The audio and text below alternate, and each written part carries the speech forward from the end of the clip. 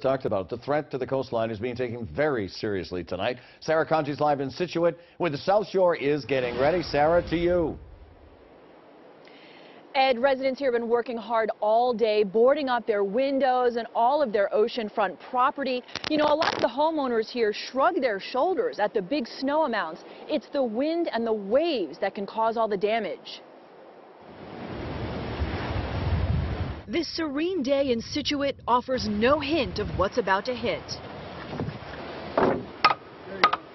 Residents along the coast are once again getting ready for a massive storm. The upcoming blizzard is expected to cause coastal flooding. If it's just snow, the snow is fine. It's the wind that we're really most concerned with. Ruth Wagner and George Simmons are experienced homeowners along the shore and are prepared for whatever Mother Nature brings. We're using 2x6s, 2x8s, and 2x10s in order to protect all the glass.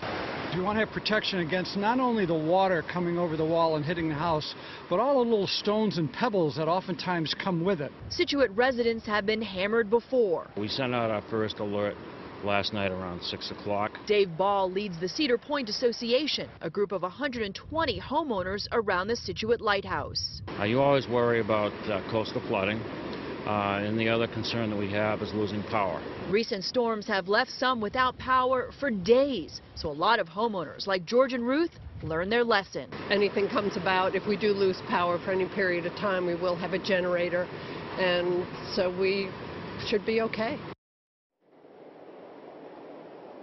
Well, the one piece of good news in terms of coastal flooding, the tide is not as high as it has been. So the storm surge and the splash over may not be that bad, but certainly the people here will be watching high tides on Tuesday at 4:30 in the morning and then again at 5 in the afternoon. Live in Scituate, Sarah Conji, WCVB News Center 5.